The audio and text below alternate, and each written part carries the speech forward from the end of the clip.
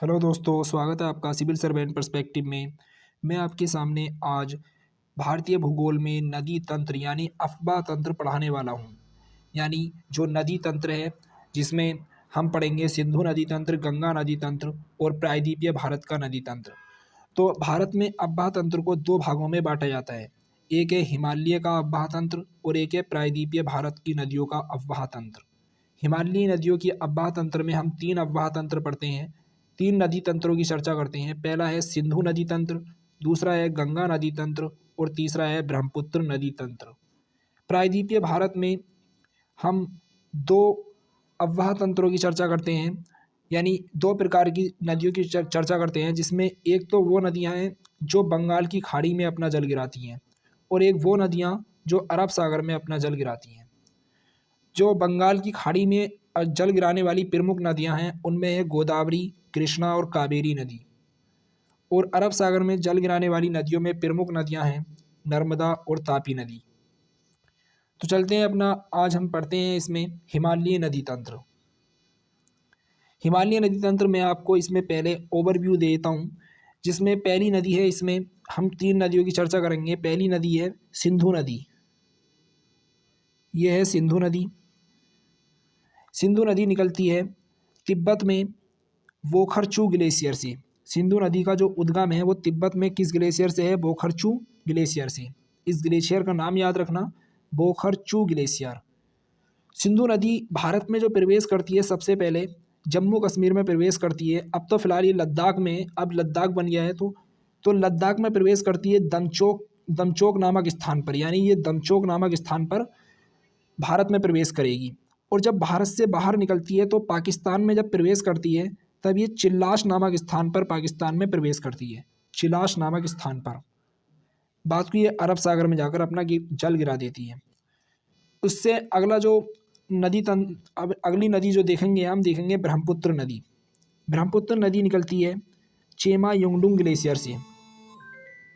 तो इसमें सिंधु नदी का जो उद्गम होता है वो होता है बोखरचू ग्लेशियर से। ये कहाँ पर अवस्थित है? यानी आपको तीन ग्लेशियर याद रखने हैं, एक तो बोखरचू ग्लेशियर और एक चेमा युंगडुंग ग्लेशियर और एक राकस ताल। तो सिंधु नदी का उद्गम होता है बोखरचू से, जबकि ब्रह्मपुत्र नदी का उद्गम होता है चेमा युंगडुंग ग्लेशियर से। चेमा युंगडुंग, ये ब्रह्मपुत्र नदी आई, उसके बाद में ये यहाँ पर प्रवेश करेगी अरुणाचल प्रदेश में, फिर जाएगी असम में, उसके बाद में ये असम के बाद में चली जाएगी बांग्लादेश में। तो इसे अलग अलग स्थानों पे अलग अलग नाम से जाना जाता है। जैसे तिब्बत में इसको कहा जाता है सांगपो नदी। सांगपो नदी, ब्रह्मपुत्र नदी को तिब्बत में क्या कहा जाता है? सांगपो। और अरुणाचल प्रदेश में प्रवेश करती इसे कहा जाता है दिहांग नदी, दिहांग। और असम में आने के बाद इसे कहा जाता है ब्रह्मपुत्र नदी। तो भारत की सबसे बड़ी अफ़वाह तंत्र वाली नदी भी यही है। सबसे बड़ी अफ़वाह तंत्र वाली नदी कौन सी है? ब्रह्मपुत्र है, जिसका अफ़वाह तंत्र सबसे बड़ा है, यानी बेसिन बहुत बड़ा है इसका। अगली नदी हम पढ़ेंगे इसमें गंगा नदी, और एक है राकस ताल से निकलती है सतलज नदी। इन तीनों नदियों को, यानी सिंधु नदी को, सतलज नदी को और ब्रह्मपुत्र नदी को, इन तीनों नदियों को पूर्ववर्ती नदी कहा जाता है। अच्छा, पूर्ववर्ती का अर्थ क्या है यहाँ पर? पूर्ववर्ती का मतलब ये है कि जब हिमालय की उत्पत्ति हुई भी नहीं थी उससे पहले से ये नदियाँ यहाँ पर बह रही हैं। यहाँ से उससे पहले से नदियाँ यहाँ पर जल गिरा रही हैं। यानी जहाँ आज का हमें हिमालय दिखाई देता है, जहाँ आज का हमें ये हिमालय दिखाई देता है इस प्रकार से, वहाँ पर क्या था? यहाँ पे उस टाइम पे यहाँ था टेथिस सागर। टेथिस सागर था। तो उस टेथिस सागर में ये नदियाँ अपना जल गिराती थीं। लेकिन जब हिमालय की उत्पत्ति हुई तो इन्होंने नदियों ने अपना मार्ग नहीं बदला। ये हिमालय को काटती गई धीरे धीरे, और वहीं उसी स्थान पर बहती रहीं। तो इन्हें, इन तीनों नदियों को पूर्ववर्ती नदी कहा जाता है। सिंधु नदी, और सतलज नदी और ब्रह्मपुत्र नदी को। अगली नदी देखते हैं हम। इसमें अगली जो नदी हम पढ़ेंगे वो पढ़ेंगे गंगा नदी तंत्र। गंगा नदी तंत्र में ये भी हिमालय नदी तंत्र का एक पार्ट है। गंगा नदी निकलती है यहाँ से गंगोत्री ग्लेशियर से। गंगोत्री ग्लेशियर से निकलने के बाद में ये उत्तराखंड में हरिद्वार में आने के बाद में मैदानी भाग में प्रवेश करती है। उसके बाद उत्तर प्रदेश में प्रवाहित होती है उत्तर प्रदेश के बाद बिहार में प्रवेश करती है और झारखंड में थोड़ा भाग इसका झारखंड में बहता है। उसके बाद ये पश्चिम बंगाल में प्रवेश कर जाती है। पश्चिम बंगाल में ये इसकी एक धारा नीचे को निकल जाती है हुगली के नाम से, हुगली नदी, और एक धारा आगे चली जाती है बांग्लादेश में, जिसे कहते हैं, बांग्लादेश में इसका नाम हो जाता है पद्मा नदी। शुरुआत में इसका नाम बांग्लादेश में होता है भागीरथी, यहाँ पर भी इसे भागीरथी कहा जाता है बांग्लादेश की शुरुआत में, लेकिन जब ये आगे चलती है तो इसे पद्मा के नाम से जाना जाता है। और जब आगे चलकर ये ब्रह्मपुत्र नदी और पद्मा नदी दोनों आपस में मिल जाती हैं, और जब ये दोनों मिलती हैं, मिलने के बाद में आगे इस नदी को नाम से जाना जाता है मेघना नदी, मेघना। और ब्रह्मपुत्र नदी को, जो ब्रह्मपुत्र नदी इधर से आ रही है असम की तरफ से, ये जब बांग्लादेश में प्रवेश करती है तब इसका नाम हो जाता है जमुना, जमुना नदी नाम हो जाता है इसका। और आगे चलकर जमुना और पद्मा दोनों मिलने के बाद नदी बन जाती है मेघना, मेघना नदी। और ये अपना डेल्टा कहाँ पर बनाती हैं? बंगाल की खाड़ी में अपना डेल्टा, अपना मुहाना बनाती हैं और यहाँ पर जल अपना गिरा देती हैं।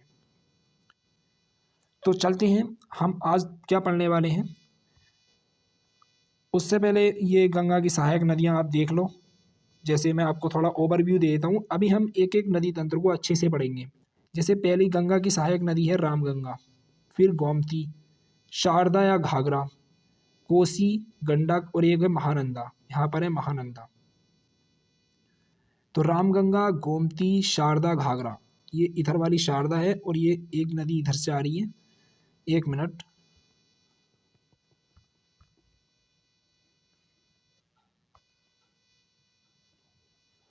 जो ये नदी है ना, ये इसे शारदा है, ये शारदा है, और इधर वाली घाघरा है, ये हो गई घाघरा। तो ये इधर वाली जो है ये शारदा हो गई और ये घाघरा हो गई। तो इसका क्रम याद रखना, जो गंगा नदी से उत्तर से मिलने वाली नदियाँ हैं यानी बाएं तरफ से, वो सबसे पश्चिम में है रामगंगा, फिर गोमती, फिर शारदा, फिर घाघरा, फिर कोसी, फिर गंडक, उसके बाद है सबसे पूर्व में महानंदा, यहाँ पर है महानंदा, महानंदा नदी। ठीक, अच्छा, गंगा की सबसे लंबी सहायक नदी कौन सी है? वो है यमुना नदी, यमुना नदी, जो प्रयागराज में जाके मिल जाती है गंगा से। और इस यमुना नदी की भी कौन कौन सी सहायक हैं? चंबल, सिंध, बेतवा, केन, टोंस, यानी ये चार नदी तो यमुना की सहायक है। चंबल, सिंध, बेतवा, केन, इनका नाम याद रखना और क्रम भी याद रखना। चंबल, सिंध, बेतवा, केन, ये चारों नदियाँ यमुना की सहायक नदी हैं। जबकि टोंस और केन किसकी सहायक है? यानी सोन, टोंस और सोन सहायक नदी है गंगा नदी की, तो ये गंगा की सहायक नदी है। तो दाईं ओर से गंगा की सबसे बड़ी मिलने वाली जो नदी है वो है यमुना, और अन्य सहायक नदी में टोंस और सोन है। आगे देखते हैं, जैसे ब्रह्मपुत्र नदी है, अगली नदी है ब्रह्मपुत्र नदी। ब्रह्मपुत्र नदी की सहायक नदी है धनश्री, सुबानश्री, मानस, तीस्ता, दिबांग, लोहित, संकोस और रंगा, ये ब्रह्मपुत्र की सहायक नदियाँ हैं। तो सहायक नदियों से क्वेश्चन बार बार आते हैं, आप इन्हें याद कर लेना। ये एक बार और देख लेते हैं। अच्छा, हम पहले देखते हैं इसमें सिंधु नदी तंत्र। तो सिंधु नदी तंत्र में जो सिंधु नदी निकलती है, मैंने आपको बताया बोखरचू ग्लेशियर से निकलती है, बोखरचू ग्लेशियर से निकलती है। यहाँ पर प्रवेश करती है, कहाँ पर? दमचौक में प्रवेश करती है। उसके बाद ये लद्दाख और जास्कर के बीच बहते हुए, यानी यहाँ पर तीन श्रेणियाँ हैं जो ट्रांस हिमालय की, काराकोरम, लद्दाख और जास्कर, काराकोरम, लद्दाख और जास्कर, ये तीन श्रेणियाँ हैं। इस लद्दाख श्रेणी और जास्कर श्रेणी के बीच में बहती है सिंधु नदी, यहाँ से प्रवेश करती है। फिर जब ये पाकिस्तान में प्रवेश करती है तो इस स्थान का नाम है चिलास, चिलास नामक स्थान पर ये बाहर निकल जाती है पाकिस्तान में। आगे देखते हैं। अच्छा, इसे कौन कौन सी नदियाँ अगर मिलती हैं सिंधु नदी से वो देख लेते हैं। जैसे जैसे यहाँ पर ये है सिंधु नदी, जैसे तो ये मिल रही है, ये मिल रही है इसमें झेलम नदी आकर, ये तो हो गई ऊपर से आने वाली। सबसे जो लंबी सहायक नदी है सिंधु की वो है सतलज नदी, सतलज नदी निकल रही है राकसताल से, राकसताल से निकलती है। फिर ये आगे हिमाचल प्रदेश में प्रवेश करती है शिपकीला दर्रे से सतलज नदी, आगे चलती है पाकिस्तान, पंजाब में जाती है। पंजाब में जाने के बाद में यहाँ पर पंजाब में इससे एक नदी आकर मिलती है ब्यास नदी। किससे? सतलज से ऊपर से आकर मिलती है ब्यास नदी। फिर ये आगे जाती है और ये इसमें मिल जाती है चिनाब नदी में। यहाँ पर चिनाब और सतलज का संगम होता है। उसके बाद ये सतलज और चिनाब का जो संगम है ये आगे जाकर सिंधु में मिल जाती है, सिंधु में विलीन हो जाती है, सिंधु नदी में। यानी ठीक से देखिएगा इसे, यानी जो सिंधु नदी है उसकी जो सबसे लंबी सहायक नदी किसे बोलेंगे हम? सतलज नदी को बोलेंगे, जो कहाँ से निकल रही है? राकसताल से, राकसताल से निकलती है। फिर आगे चलती है, ये हिमाचल प्रदेश में सिपकिला दर्रे से प्रवेश करती है। आगे चलने के बाद में पंजाब में इससे एक नदी आकर मिलती है जो कि हिमाचल प्रदेश से ही निकली है, इसका नाम है ब्यास नदी। ये निकली ब्यास, पंजाब में यहाँ पर मिल जाती है आकर ब्यास नदी, किसमें? सतलज में। आगे चलकर ये सतलज नदी चिनाब नदी में मिल जाती है। ये जो ऊपर से नदी आ रही है ये चिनाब है, ये भी हिमाचल प्रदेश से निकल रही है, ये चिनाब नदी है। ठीक, अब ये आपस में मिल जाती हैं। उसके बाद में आगे चलकर ये सिंधु में विलीन हो जाती हैं।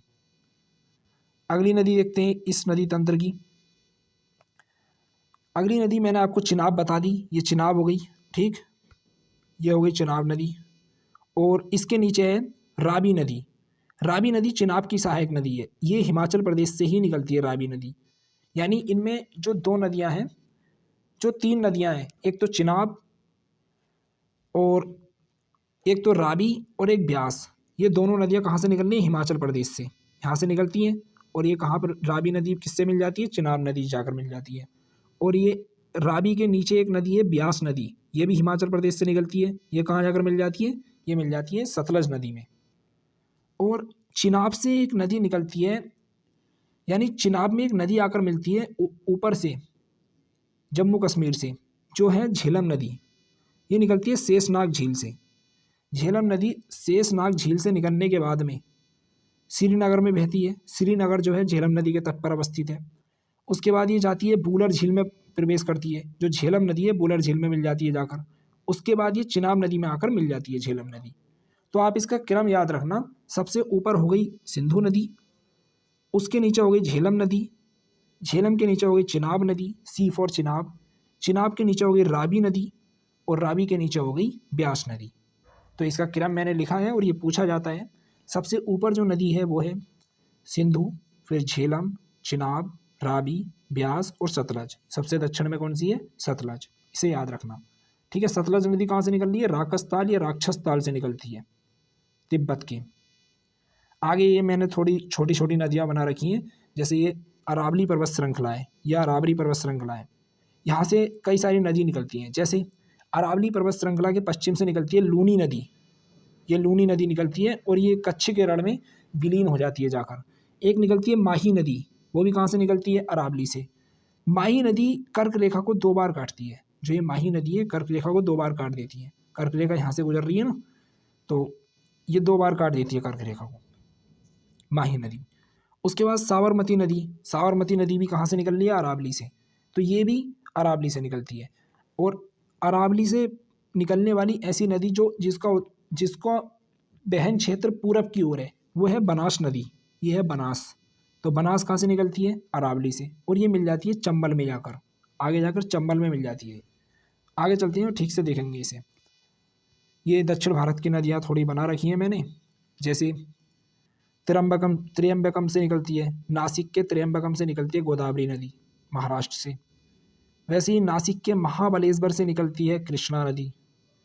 ब्रह्मगिरी से निकलती है कर्नाटक के ब्रह्मगिरी से कावेरी नदी। इसे देख लेना आप, थोड़ा आगे तो देखेंगे ही ठीक से। तो इसमें पहला जो अगला नदी तंत्र है वो है गंगा नदी तंत्र। गंगा नदी तंत्र को देखते हैं। गंगा नदी कहाँ से निकलती है? तो गंगा नदी का उद्गम होता है गंगोत्री ग्लेशियर से, उत्तराखंड में गंगोत्री ग्लेशियर से। और ये उसके बाद में ये उत्तराखंड से दक्षिण की ओर प्रवाहित होती है और हरिद्वार में ये मैदानों में प्रवेश करती है। उसके बाद इसकी जो प्रवाह है वो कम हो जाता है, इसकी गति कम हो जाती है। फिर ये उत्तर प्रदेश में प्रवेश करती है बिजनौर जिले से। बिजनौर से प्रवेश करके आगे बढ़ती है। सबसे ज़्यादा लंबाई जो है गंगा की वो कहाँ पर है? उत्तर प्रदेश में है। आगे बढ़ने के बाद ये बिहार जाती है। बिहार में जाने के बाद में आगे चलने के बाद दूसरे नंबर सबसे ज़्यादा लंबाई बिहार में है इसकी। बिहार के बाद ये जाती है झारखंड में, थोड़ा भागा जाता है इसका।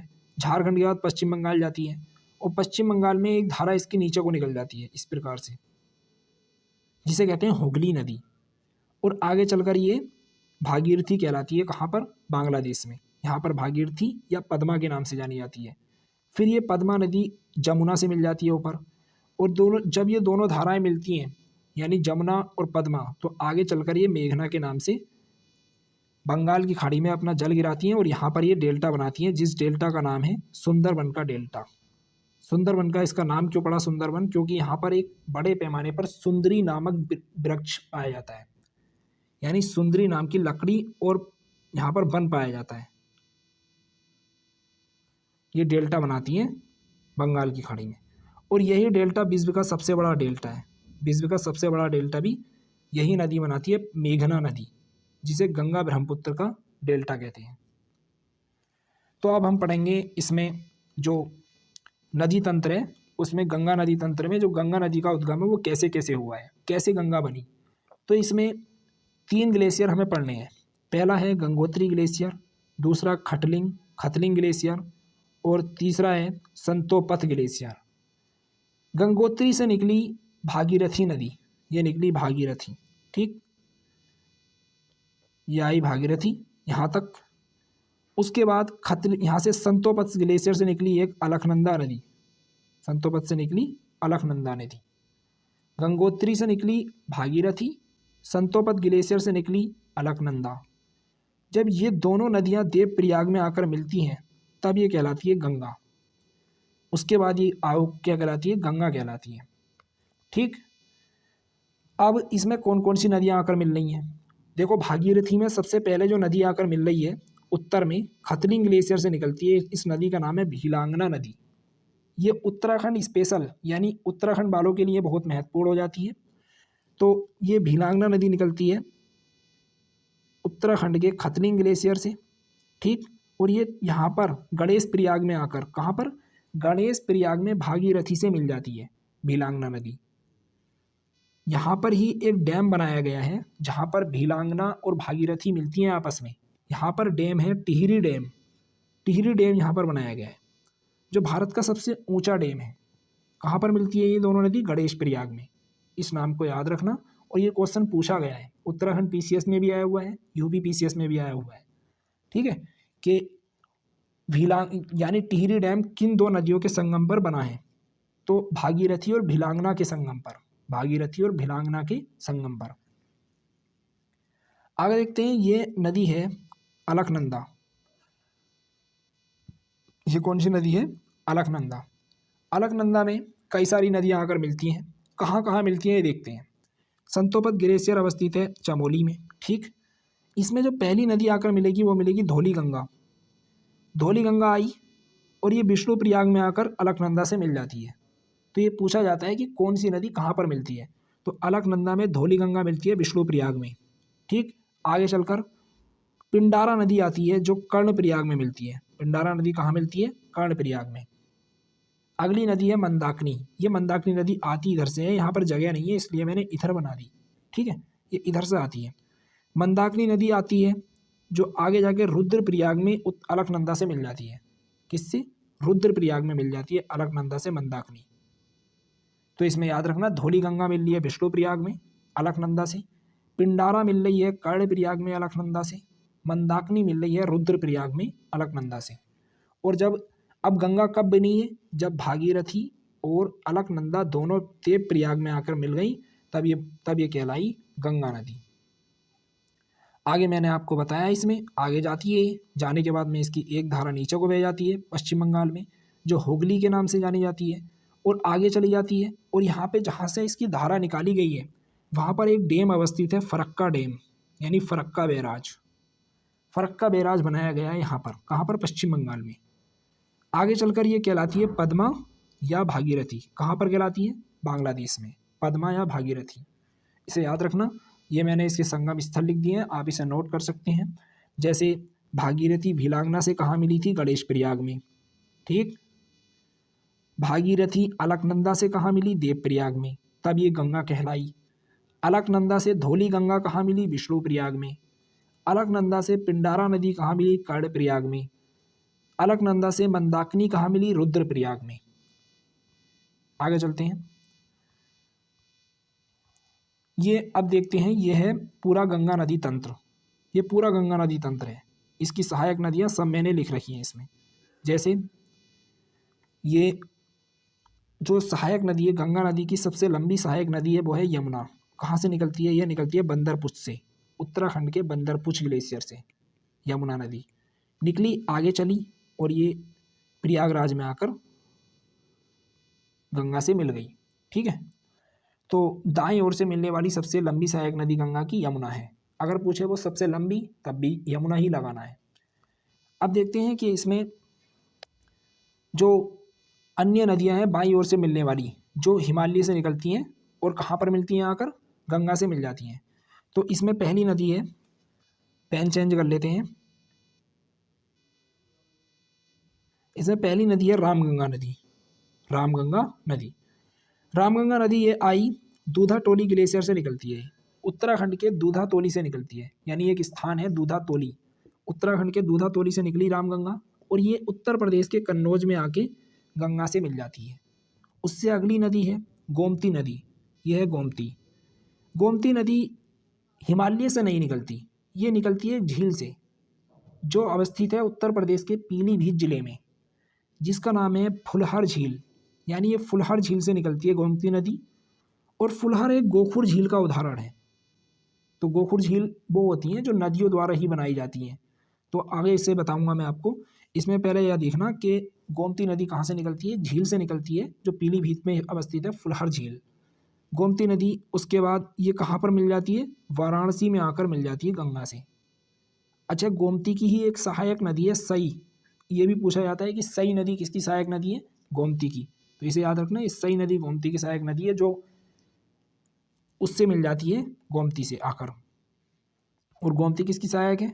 गंगा की। अगली नदी है काली नदी, जिसे शारदा नदी भी कहा जाता है। काली को ही शारदा कहा जाता है। ठीक है।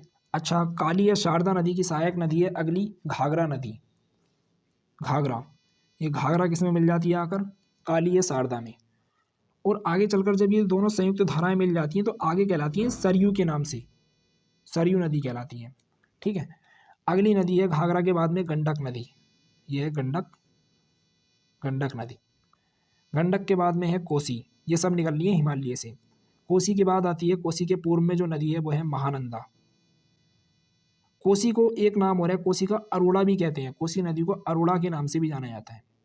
ठीक है। अच्छा, कोसी नदी कहाँ पर मिल रही है? इनके मिलन स्थल जरूर याद रख लेना। जैसे रामगंगा मिली कन्नौज में आकर, गोमती मिली वाराणसी में आकर, ठीक है, यमुना नदी मिली प्रयागराज में आकर, जो सरयू नदी है वो मिलती है बिहार के छपरा में। बिहार के छपरा नामक स्थान पर मिलती है, छपरा जिले में। किससे? गंगा से। अगली सोनपुर में मिलती है, बिहार के सोनपुर में गंडक नदी, यानी बिहार के सोनपुर नामक स्थान पर मिलती है गंडक नदी। अगली भागलपुर में, बिहार के भागलपुर नामक स्थान पर मिलती है कोसी नदी आकर गंगा से। तो भागलपुर में कोसी नदी मिल जाती है। अब देखते हैं हम कि दाएं ओर से मिलने वाली गंगा की नदियाँ। तो दाएं ओर से मिलने वाली सबसे बड़ी नदी जो सहायक है गंगा की वो है यमुना, जो हमने देख ली। और उससे जो अगली नदी है वो है सोन नदी। आपको याद रखना है इसमें सोन।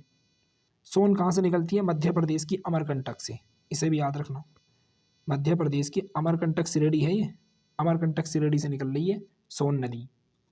सोन की ही सहायक है रिहंद नदी। ये मैंने बना रखी है, ये इसकी सहायक है रिहंद नदी। सोन की सहायक है रिहंद नदी, जो कहाँ से निकलती है? अच्छा, अमरकंटक जो अवस्थित है ये कौन सी पहाड़ी पर अवस्थित है? कौन सी पर्वत पर अवस्थित है? ये अवस्थित है मैकाल पर्वत श्रेणी पर। जो सतपुड़ा पर्वत श्रृंखला है ना, मध्य प्रदेश, गुजरात और महाराष्ट्र में, वो 3 भागों में बटी हुई है। सबसे पश्चिम में राजपीपला, मध्य में महादेव और पूर्व में मैकाल। राजपीपला, महादेव, मैकाल। तो जो मैकाल पर्वत है यहाँ पर, मैकाल की सबसे ऊंची चोटी है अमरकंटक। अमरकंटक, उस अमरकंटक से निकलती है सोन नदी। सोन नदी। और इसके सतपुड़ा के उत्तर में अवस्थित है विंध्याचल पर्वत। ये अवस्थित है विंध्याचल पर्वत।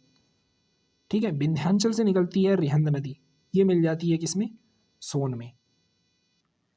अगली जो नदी है वो है हुगली मैंने आपको पढ़ा दी, हुगली तो इससे निकलती है, यह इसकी वितरिका है। हुगली जो है गंगा की ही वितरिका है, ये नीचे को प्रभावित होती है। और हुगली में आके एक नदी मिल जाती है दामोदर, इसे याद रखना। ये दामोदर नदी किसकी सहायक नदी है? हुगली की। अब दामोदर की भी एक सहायक नदी है बराकर, यहाँ से ये बराकर नदी याद रखो, बराकर, ये बराकर। तो ये बराकर नदी हो गई दामोदर की सहायक, और दामोदर हो गई हुगली की सहायक, और हुगली हो गई गंगा की सहायक। ठीक, आगे चलते हैं। हाँ, इसमें एक चीज़ और ध्यान रखना, ये जो अमरकंट जो विंध्याचल पर्वत श्रृंखला है, ये इस विंध्याचल पर्वत श्रृंखला से 4 नदियाँ और निकलती हैं, चंबल, सिंध, बेतवा, केन। और ये चारों नदियाँ कहाँ जाकर मिल जाती हैं? यमुना में मिल जाती हैं, यमुना में। इन्हें भी हाथों हाथ अब देख ही लो, जैसे कहाँ पर मिलती हैं ये। जैसे चंबल नदी, चंबल नदी कहाँ से निकलती है? महू, मध्य प्रदेश में जनापाव की पहाड़ी से, महू से निकलती है चंबल नदी, और उत्तर प्रदेश के इटावा जिले में आकर यमुना से मिल जाती है। अगली नदी है सिंध, सिंध नदी विंध्याचल से निकलती है और इटावा में ही यमुना से मिल जाती है। अगली नदी है बेतवा, ये भी विंध्याचल से निकलती है, विंध्य पर्वत श्रेणी से, और हमीरपुर में, उत्तर प्रदेश के हमीरपुर जिले में यमुना से मिल जाती है। अगली नदी है केन नदी, ये भी विंध्य से निकलती है और ये बांदा जिले में यमुना से मिल जाती है। तो इनका संगम स्थल ये जरूर याद रखना। ठीक, कहाँ कहाँ मिल रही हैं ये? जैसे चंबल मिलती है इटावा में, सिंध भी इटावा में, बेतवा मिलती है हमीरपुर में, केन मिलती है बांदा में। ठीक है, गंडक नदी का जो पुराना नाम था वो था सदानीरा नदी, सदानीरा, ऋग्वेद में इसका नाम मिलता है। हाँ, ये मैंने थोड़ा वो बनाया, घाघरा और सरयू काली शारदा नदी का जो तंत्र है। जैसे ये नेपाल में, उत्तराखंड और नेपाल सीमा पर एक हिमनद है, जिस हिमनद का नाम है मिलाप हिमनद, मिलाप हिमनद। तो मिलाप हिमनद से निकलती है शारदा नदी। ठीक, काली नदी, इसे काली नदी भी कहते हैं, गोरी गंगा भी कहते हैं, शारदा भी कहते हैं, इसी का नाम है ये, किसका? शारदा नदी का। तो ये निकलती है मिलाप हिमनद से, उसके बाद ये घाघरा आ रही है इधर से, और इससे आगे सरयू से मिल जाती है, इससे शारदा से मिल जाती है।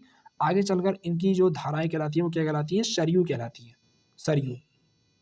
और मैंने यहाँ पे एक नदी बना रखी है छोटी सी, मैं आपको बताता हूँ। जैसे ये मैंने एक नदी बना रखी है राप्ती नदी, ये राप्ती नदी निकल रही है, ये कहाँ पर मिल रही है? ये राप्ती नदी गोरखपुर जो है, राप्ती नदी के तट पर ही अवस्थित है। ये लोकेशन थोड़ी गलत बन गई है, यहाँ पे बताने के लिए मैंने बना दिया है। ठीक है, राप्ती नदी गोरखपुर के तट पर है, यानी गोरखपुर राप्ती नदी के तट पर अवस्थित है। और ये राप्ती किसकी सहायक है? घाघरा की। यहाँ पर देखो, ये है घाघरा, तो यहाँ पर राप्ती नदी आ रही है, इधर मिल जा रही है घाघरा से। ठीक है, आगे चलते हैं। तो हमने ये देख लिया है, ब्रह्मपुत्र नदी तंत्र रह गया है, सिंधु नदी तंत्र देख लिया, गंगा नदी तंत्र भी देख लिया। चलो ब्रह्मपुत्र नदी को भी हाथ के हाथ देख ही लेते हैं। जैसे प्रायद्वीपीय नदियाँ, चलो देखते हैं, अभी क्लास काफ़ी लंबी हो गई है वैसे। जैसे ब्रह्मपुत्र नदी तंत्र देखते हैं, ब्रह्मपुत्र नदी तंत्र और प्रायद्वीपीय नदियाँ। जैसे ब्रह्मपुत्र नदी का उद्गम मैंने बताया था आपको, मानसरोवर झील है यहाँ पर तिब्बत में, वहाँ पर एक ग्लेशियर है चेमा युंगडुंग ग्लेशियर, वहाँ से निकलती है ब्रह्मपुत्र नदी, चेमा युंगडुंग ग्लेशियर से। उसके बाद ये बहती है तिब्बत में, किस नाम से? सांगपो के नाम से, सांगपो। और ये अरुणाचल प्रदेश में प्रवेश करती है, यहाँ पर एक गॉर्ज बनाती है, और ये अरुणाचल प्रदेश में कहलाती है दिहांग नदी।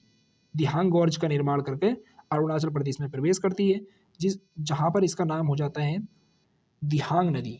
आगे चलकर असम में इसका नाम हो जाता है ब्रह्मपुत्र नदी, और आगे चलकर जब ये बांग्लादेश में प्रवेश करती है तब इसका नाम हो जाता है जमुना नदी, जमुना। और जब ये पद्मा से मिलती है तो ये दोनों की संयुक्त धारा कहलाती है मेघना, और मेघना मिल जाती है बंगाल की खाड़ी में आकर गिर जाती है। यह हमने देख लिया, गंगा नदी आ रही है। ठीक, अब देख लेते हैं दक्षिण भारत की थोड़ी नदियाँ। जैसे ये मैं आपको बता चुका हूँ पहले भी, यहाँ पर एक नदी है, जो 2 नदियाँ हैं, एक है नर्मदा और एक है तापी। ये नदी दिख रही होगी आपको, नर्मदा, और ये है तापी। अच्छा, नर्मदा जो निकल रही है, ये निकल रही है अमरकंटक श्रेणी से, अमरकंटक चोटी से, ये 3 मैंने आपको पहाड़ी बताई थी अभी। ये है ऊपर विंध्याचल पर्वत श्रृंखला और इसके दक्षिण में ये है सतपुड़ा पर्वत श्रृंखला। ये दोनों पर्वत भ्रंश पर्वत के उदाहरण हैं, बिलोक पर्वत के उदाहरण हैं। ठीक है, इनमें ये राजपीपला श्रेणी है, ये महादेव है, ये मैकाल है। एक बार देख लीजिए ठीक से, ये है राजपीपला, महादेव, मैकाल। तो मैकाल पर्वत श्रृंखला की जो सबसे ऊंची चोटी है वो है अमरकंटक, और अमरकंटक से निकलती है नर्मदा नदी। तो विंध्याचल और सतपुड़ा के बीच में बहती है, भ्रंश घाटी में होकर बहती है नर्मदा नदी, ये नर्मदा नदी। और कहाँ पर अपना जल गिराती है? खंबात की खाड़ी में। यह है खंबात की खाड़ी, यहाँ पर अपना जल गिरा देती है। ठीक है, उसके नीचे धूपगढ़ चोटी से निकलती है एक, यानी जो महादेव पर्वत श्रृंखला है उसकी सबसे ऊंची चोटी धूपगढ़। धूपगढ़ से एक नदी निकलती है तापी या ताप्ती, ताप्ती नदी निकलती है जो खंबात की खाड़ी में अपना जल गिरा देती है। तो ये दक्षिण भारत की 2 ऐसी नदियां हैं जो अपना पश्चिम की ओर बहती हैं और अपना जल पश्चिम यानी अरब सागर में गिराती हैं। तो ये भी पूछा जाता है कि दक्षिण भारत की 2 वो कौन सी नदियां हैं जो अपना जल अरब सागर में गिराती हैं, कौन कौन सी हैं? एक है नर्मदा और एक है ताप्ती। ठीक, उसके नीचे देखते हैं हम महाराष्ट्र में। महाराष्ट्र में ये एक त्र्यंबकम नामक स्थान है नासिक में, यानी त्र्यंबकम पहाड़ियाँ हैं नासिक में। यहाँ से निकलती है एक नदी गोदावरी। ये महाबलेश्वर चोटी से निकलती है कृष्णा नदी। ये भी कहाँ से निकलती है? महाराष्ट्र से, ये भी नासिक में है। अगली है ब्रह्मगिरी पहाड़ी, ये कहाँ पर है? ये है कर्नाटक में। यहाँ से निकलती है कावेरी नदी और कहाँ पर जल गिरा रही है? बंगाल की खाड़ी में। यह है बंगाल की खाड़ी, यह अपना जल कहाँ गिरा रही है? बंगाल की खाड़ी में, बंगाल की खाड़ी।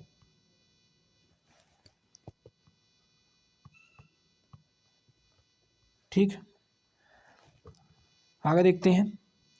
ये मैंने इसकी कुछ सहायक नदियाँ बना दी है ब्रह्मपुत्र की, ये आप इन्हें देख लेना। जैसे रंगा, सुबनसिरी, धनसिरी, संकोस, तीस्ता, बराक, दिहांग, दिबांग, लोहित, बूढ़ी दिहांग और मानस।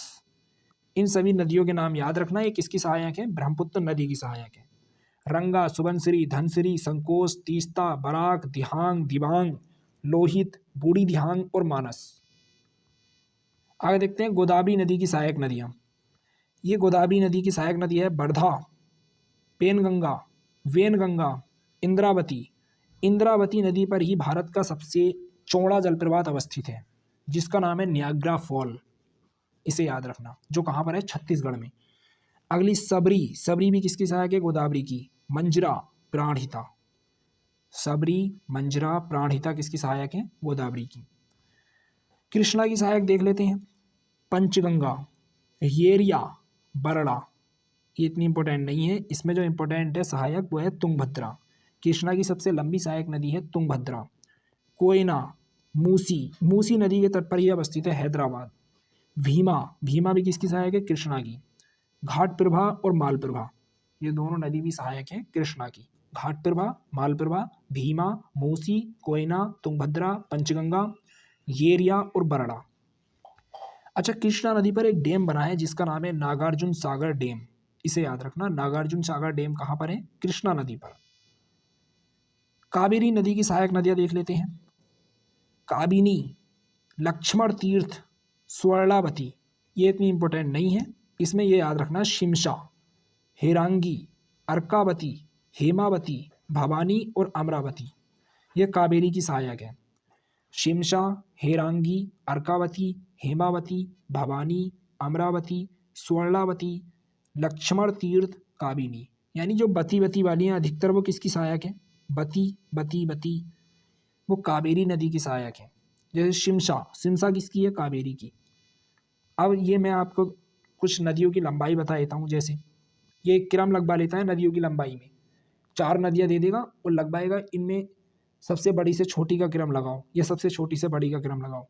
तो ये याद रखना, जैसे गंगा की लंबाई है 2525 किलोमीटर, ब्रह्मपुत्र की लंबाई है 2900 किलोमीटर, यमुना की लंबाई है 1376 किलोमीटर, गोदावरी नदी की लंबाई है 1465 किलोमीटर, कृष्णा नदी की लंबाई है 1400 किलोमीटर, कावेरी की है 805 किलोमीटर, नर्मदा की है 1312 किलोमीटर, तापी की है 740 किलोमीटर, सतलज की है 1500 किलोमीटर, चिनाब की है 960 किलोमीटर।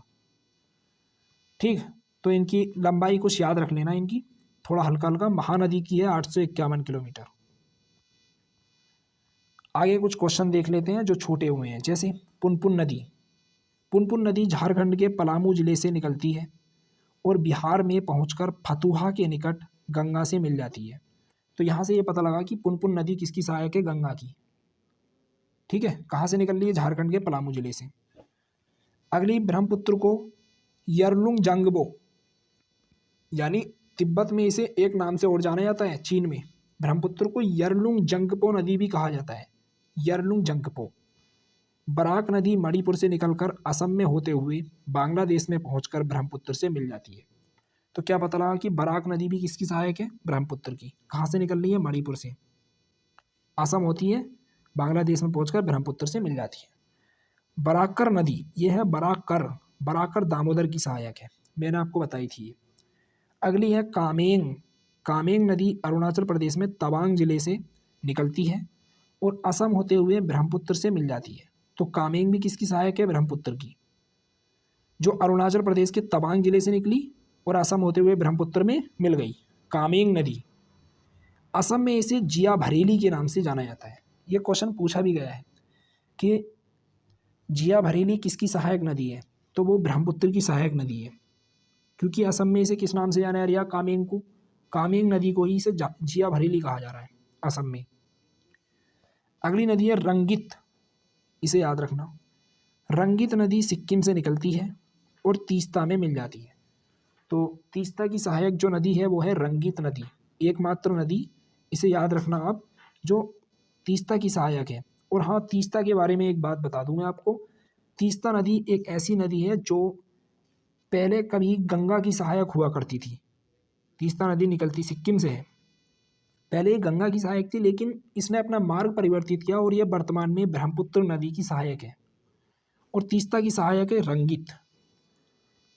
आगे देखते हैं, सोन नदी के बारे में देख लेते हैं कि सर्व मान्यता है कि सोन नदी अमरकंटक से निकलती है, यानी सब मानते हैं कि सोन नदी अमरकंटक से निकलती है, लेकिन मध्य प्रदेश इसका वास्तविक स्रोत मानता है शहडोल जिले में सोनमुड़ा से। सोनमुड़ा से मैं आपको क्यों करा रहा हूँ, ये घटना चक्कर में क्वेश्चन पूछा गया है और उसमें पीसीएस में पूछा गया है, यूपी पीसीएस में। तो घटना चक्कर में इसका इस प्रकार एक्सप्लेनेशन दे रखा है, जैसे मध्य प्रदेश में इसका वास्तविक स्रोत माना है कि सोनमुड़ा को है, जबकि छत्तीसगढ़ बिलासपुर जिले से, यानी छत्तीसगढ़ कहता है कि बिलासपुर जिले के सोन बच्छरबाड़ से निकलती है। छत्तीसगढ़ और मध्य प्रदेश के बीच में इसमें कंट्रोवर्सी है। ये कहते हैं सोन नदी को, मध्य प्रदेश कहता है कि शहडोल जिले से सोनमुड़ा से निकलती है सोन नदी, और छत्तीसगढ़ कहता है कि नहीं, ये सोन बच्छरबाड़ से निकलती है बिलासपुर जिले के। लेकिन जो ज़्यादा समर्थन मिला है वो छत्तीसगढ़ के दावे को मिला है। ठीक है, तो कहाँ से मानेंगे? सोन बच्छरबाड़ से। भारत में सबसे बड़ा बेसिन जो है ब्रह्मपुत्र नदी का है, और दूसरा सबसे बड़ा बेसिन किसका है? गोदावरी नदी का। नागावली और वंशधारा नदी का उद्गम पूर्वी घाट से होता है। इन्हें याद रख लेना कि पूर्वी घाट से निकलने वाली दो नदियां हैं, एक नागावली और एक वंशधारा नदी। तवा किसकी सहायक है? नर्मदा की। तवा नदी नर्मदा नदी की सहायक है। तेल नदी किसकी सहायक है? महानदी की। तेल है महानदी की सहायक और तवा है नर्मदा की। एक नदी है हगरी। हगरी नदी तुंगभद्रा की सहायक है और तुंगभद्रा कृष्णा की, इसे भी याद रखना। हगरी किसकी है? तुंगभद्रा की सहायक। एक मैंने आपको बताई थी हेरांगी, हेरांगी है कावेरी नदी की सहायक नदी, ये हगरी है। हगरी है तुंगभद्रा की सहायक नदी और तुंगभद्रा कृष्णा की। तुंगभद्रा नदी कृष्णा की सबसे लंबी सहायक है। 1938 में दामोदर नदी से एडम नहर को निकाला गया था, इसे भी याद रख लेना। ये थोड़े फैक्ट हैं कि 1938 में दामोदर नदी से एडम नहर को निकाला गया था। अच्छा, दामोदर की एक सहायक नदी है जिसका नाम है बराकर नदी, इसे याद रखना। बराकर दामोदर की सहायक है, दामोदर हुगली की सहायक है और हुगली गंगा की सहायक है। नर्मदा व तापी की तरह दामोदर भी भ्रंश घाटी में होकर बहती है। भारत की एकमात्र नदी है दामोदर जो प्रदूषित हो गई है, यानी इसमें जो है वहाँ पर छोटा नागपुर के पठार में जितनी भी फैक्ट्रीज़ वगैरह हैं वहाँ का गंदा पानी आकर इसमें मिल जाता है, जिस कारण इसे रेगिस्तान कहा जाता है, यानी मरुस्थलीय नदी कहा जाता है दामोदर नदी को। तो हमारी ये नदी तंत्र वाली क्लास पूरी हो गई है। इसमें थोड़ा एक आध दो फैक्ट याद रख लेना, जैसे दक्षिण की गंगा किसे कहा जाता है, कावेरी नदी को, और दक्षिण भारत की गंगा कहा जाता है गोदावरी नदी को, और दक्षिण भारत की सबसे लंबी नदी भी कौन सी है, गोदावरी नदी है, जिसकी लंबाई 1465 किलोमीटर है। और अगर भारत की सबसे लंबी नदी पूछे तो गंगा नदी है, जिसकी लंबाई 2525 किलोमीटर है। ठीक है। और अगर पूछे कि भारत की वो नदी जिसका बेसिन सबसे बड़ा है, यानी अफवाह तंत्र सबसे बड़ा है, तो वो है ब्रह्मपुत्र नदी। ब्रह्मपुत्र नदी का अफवाह तंत्र सबसे बड़ा है। तो मिलते हैं अगली क्लास में। हमारा ये नदी तंत्र वाला क्लास पूरी होती है। अगर क्लास अच्छी लगी हो तो लाइक करें, सब्सक्राइब करें और शेयर करना ना भूलें। जय हिंद, जय भारत। Thank you.